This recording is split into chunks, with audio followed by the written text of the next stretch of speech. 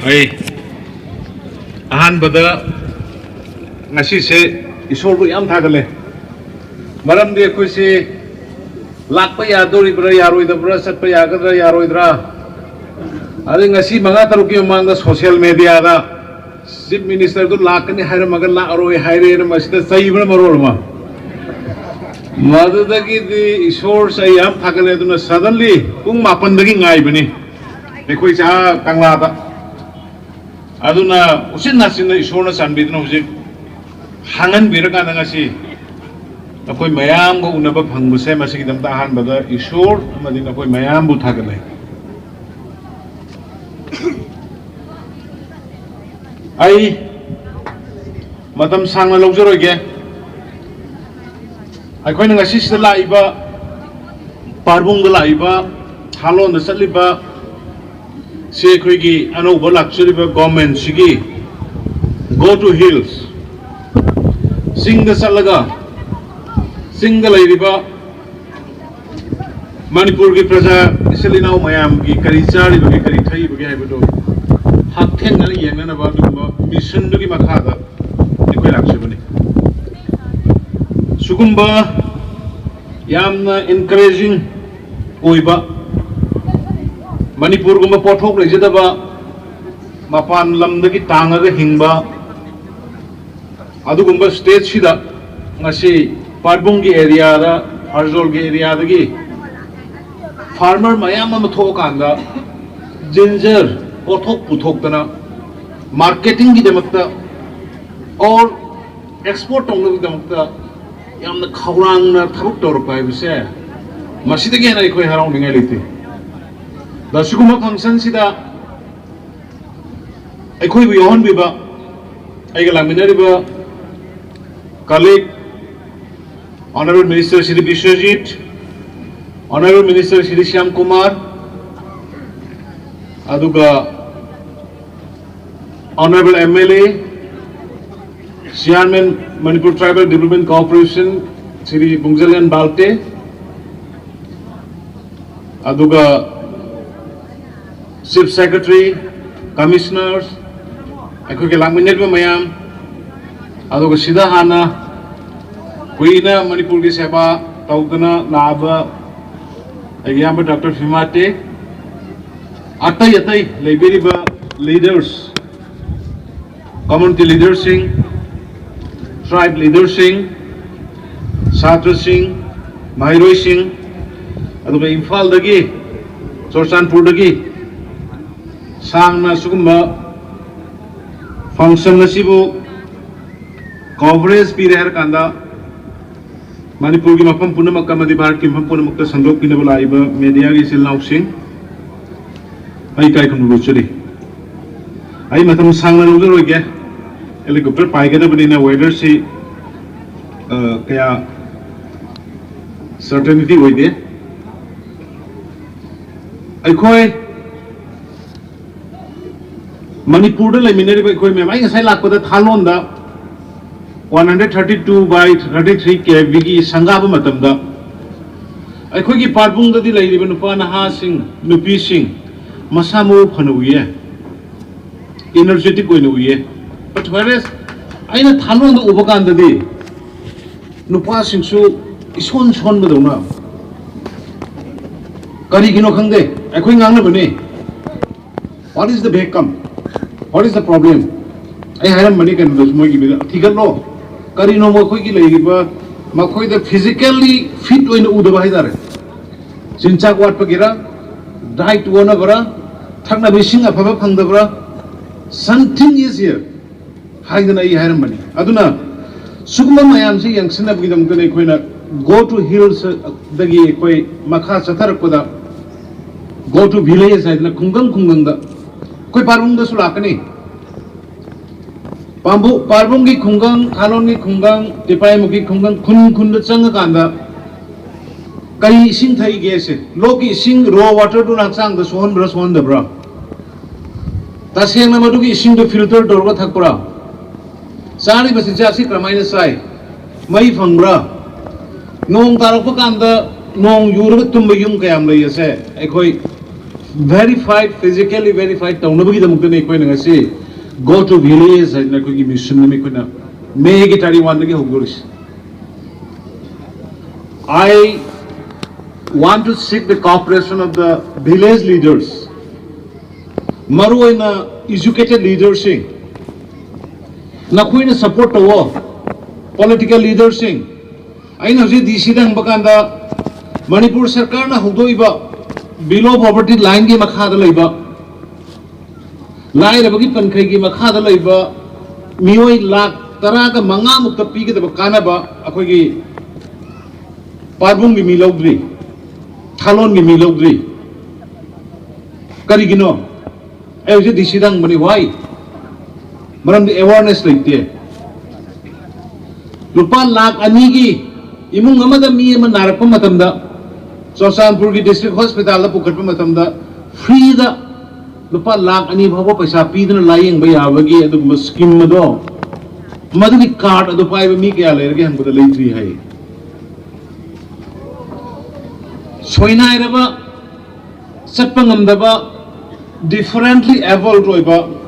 adu gumba pokpa dagi soina iraba na thaka accident dagi soina iba maya madu ki damakta koi government policy sembre yung turga lairaba dugumba hawat pang amjadraba isa isu sing or ahal manna dugi damakta thada lupa lising amaga changa sarkar na lengan pina bagi scheme leikre ekoi parbung gi mi amta logdri male thalon gi mi logdri male aduni huje ekoi na me gi tarik wan dagi lakadorba go to village saibes daga adugumba ana bagi free the lying way ba card pai do sing card pai nenu batobiyo Hujik Honorable Minister works na hai giba Aadhaar card pai dragadi bank de account hangba yade bank de account hangba yadagadi adu Honorable Prime Minister Modi ji gi thata raiba scheme mayam se ki benefit do akhoi gi praja sing na phangmu ambe aduna please educate the peoples akhoi gi parbung da lairiba farzol da lairiba any government official sing or line la su hairiba इसलिए now सिंगाई ना appeal तौलिंगे लाइरी बे mission प्रजा सिंसे मखोई the awareness पियो मखोई the खंगल लो मखोई बु card पाहे लो free द government पीरी बे मसकी बेनिफिट फंगल लो नतन एकोई खरा खक्सोम नुंगाई दर लेरगा प्रजा मयाम ना दुम वादर लेरगा दे कोई मणिपुर चौखट पर भारत चौखट पर को गया अदन please do your job in the field, not on the tables. Aduna lairiba piriba kana bus scheme mayam se madugi deliver tawna bole hande khone lakador se go to village. Aduna mayam support to you. Yes, ai atai yam sangasal roge ngasai General Secretary Ginger Festival Organizing Committee Pazul Drishaki Bihel Kaibhom na hai kiba very interesting bamboo I think sai helicopter na pyra la apam madam da leido madu ki bamboo maya wa mayam se ubakan dai khoi dai ai photo lowe ai mobile dai video lowe ai khoi da leiba natural raw materials natural product kanu mayam se product koi puthuk pa ya pot mayam se atu ki mati gyam kre sidai da hojik bamboo se pingi और bamboo दगी हुजिती gas की अखोई की oil petroleum product से नरे उसी refinery की आसाम दल लेबा मधुदाई दा अखोई वाह सिंसिना सुंग पोसे अखोई petroleum product से नरे अदुने अखोई हर्जोर की लेबा पार्बुंग की लेबा मयाम दा आइना एडवांस होने हाजिर मगे World Bamboo Conference ahanbo in Manipur laiba February gi tang tareta pangthoni masi pithribi gi laiba chama muk hena saruk yagani World Bamboo Conference masi dai dai khoi gi step harjol da laibiriba aduga step wa gi product lairiba mayam gi fajana Deputy Commissioner SDO aduga horticulture gi lairiba forest gi lairiba mayam siga interact tongna birakanda अखोई करी तो होबो यागे है बदो मोय आदगी लाखवा expert सिंदो उरगा कौरगा कोई यंगलगा थबुक दुक्से amana ginger ki ngasai maman gi matangda akhoi yam kanna akhoi su North regional gi oiba moi gi landmark na malai budo akhoi kanna akhoi ngang nei mamal se moi lupa mapan kg da haiba akhoi gi farmers na wahana matam mangna hona banina kg lupa tara mari manga piu haiba adu gi gap khar khar ler kanda leidi haida gap si kunsi sahi gi oina di haida gap si gi price stabilization tauna ba madugi diet do ngasi ahan ba hongdo ko sahi oi banina ginger gi farmers sing da nakhoi gi farmers sing gi maman mangdana ba nakhoi na pami ba maman nu mangdana yon ba yana ba lupa lakh kun tuma ko gi state government gi puthoga price oi ko na maintain to gani haida madu mai nakhoi da mayam khajar thanjaram de aduga ngasai committee sigi kenona haibada processing unit very important akhoi gi se ginger khata nate manipur da thoi ba khoi gi uhai wahi mayam se loina se yongsak haro hoji yongsak chaw matam da khara sarani matam lai tem da patlaga mangani nobab haro nobab hamgo matam se nobab se ta laini kobi haro sugum bagi khoi gi systematically khoi harvest tawna bagi leitaba khoi gi mayam se akhoi gi new anobal action government na we have decided each and every district cold storage amam saraga hairiba matam gi puthoi be pot cold storage du da thamjallaga hayeng matam gi lakpa market da yon ba yana na bagi cold storage mafam tara go humdoi da sana na bagi akhoi already 10 crore sanction tawraga leigre hai bismu sume thamjaram ge aduga akhoi gi maru ena akhoi gi farzol gi darkar leiriba sidi ginger ki processing unit ma hangbiyo haibani ginger ki processing unit haibadi masiji hujik asi process tawragadi thammagadi mapana thagi basu yare amada tawgi basu yare loina farmers in madugi mangroi aduna akhoi government na specially for the farzol this sigi akhoi gi parvungi ginger farmers ingi interest ta handak ki laiba sahi siraida processing unit ma with solar drying hangagani haiba pot ma mayam thajara thamjana we need practical political basan nataba politically ngang banataba praja sing na kari drakar lege Manipur senthok lai de senthok lai chair si summa mayam si mangag lai de krai de senthok lai ni summa mayam si bu quality loi na value added tor kanda mapan da thado kanda atopa de lai ge da lai da na koi gi mission sen ra kanda ne koi economically viable hoir ga koi fagal ka toi se aduna madu gi potuma ekhoi horticulture department ga tanar kanda hojiki processing unit with solar drying madu sungso isoidana Sigi area Parbungi area se link lagani hai basi mai hamjare second point da package house hai bani chisu hojiki mari lene re dum hojiki processing unit drying si lakpa kanda packaging automatically dum as a sender dum sadabe arora hai bani se dum combine hoina adumaina dum ai tawna ba tawjarke haini ba aina ngasi thamami ba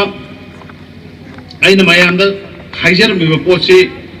ngasi gi ginger gi leibe function tawriba program tawriba sigi committee general secretary ginger festival organizing committee gi members sing deputy commissioner aduga koi gi district sigi horticulture gi officer yaur kanda ai gi office da madugi follow up to biro ngasi dagina thamakhai thamuki manung sidaida aina hairam bi basigi pallaga application oina process to we anaba port planning department da or horticulture ge honorable ministers laire sigi khuthang na to biro haidana ai sima ga thamjaram ge adu ga hayang manam di hayram maga tawdi ne hai bodoi koi tawde hayram ba pot ama praja da deliver to ba madu gi nungai bodoi ngase khona nungai na lai si kari gino 132 kV gi by 33 kV gi sungoi oiroi da sibo asigi lambi sida krai gi chau graba transformer to pur ga sang doino oiroi da na hayram ba poto ngase khoina BRO dagi lambi du mullerga PWD na nam pu da semerga chau graba transformer to pusalaga ngasi sanga bu du gi nungai ba du ne khoina lai sing ngasi madu mayam da pi bu du gi nungai adagi amana sigi farzol gida mission organic haidana chemical yaudaba organic oiba dugumba sigi product uthokna ba food items singi makhada hectare sani da ginger thana na ba madugi paisa madugi mari laiba maru marang punamak state government of Piragani, Hypersimagai Mayam, 200 hectare Giniko, 200 hectare ki ginger mission organic Makhada, Tagadaba. Other Masiki Damata 75 lakhs sama state government of Pigani, Maduda 35 lakhs samadi, grant winner, sing with the Bani, 35 lakhs samadi. Adagi Yamna. Nungai ba pao mana hujik si modern world se hujik ti one village ki type ta la kare because of communication scientific electronics mechanisms mayam sina aduna ikoi farzol gi area parbung gi area sidai da atu ama tamda ai jalam dai jo harapuni adu hujik beno su dc na so I remind of gire BSNL gi internet connection, wireless connection, fiber connection, athuba matamda laani aduna bank da karida khogi direct DBT ki karigi laiba problems internet ki problems so solve torni haidana adu magai thamjaram ge adu loshel lakko da khwaidi ki nungai ba paw mana Manipur da helicopter service horgani live me gi tarik tara ga manga dagi helicopter service home ministry ki makhada ama launch of organic aduga within 6 months na uran haidana northeast ki leiriba jaga sing sidaida samnaba loina na Manipur gi terrain hilly area sing the rainy season da phawna ba yadaba nara ka na ba puthokpa ngamdaba wana leiba mayam se solution tongnu dumta akoi Bharat Sarkar gi Ministry of Civil Aviation aduga Manipur gi सरकार की transport department में कोई agreement enable हो रहे helipad मफम मंगा identify तौरे अकोई की थालोन यावरे जिरीबाम यावरे मोरे यावरे तमिंगलोंग यावरे पारबुंग यावरे हाय जिबा मफम मंगा सिदैदा हेलीपैड सारगा हेलीपैड है से कोई की कानूनी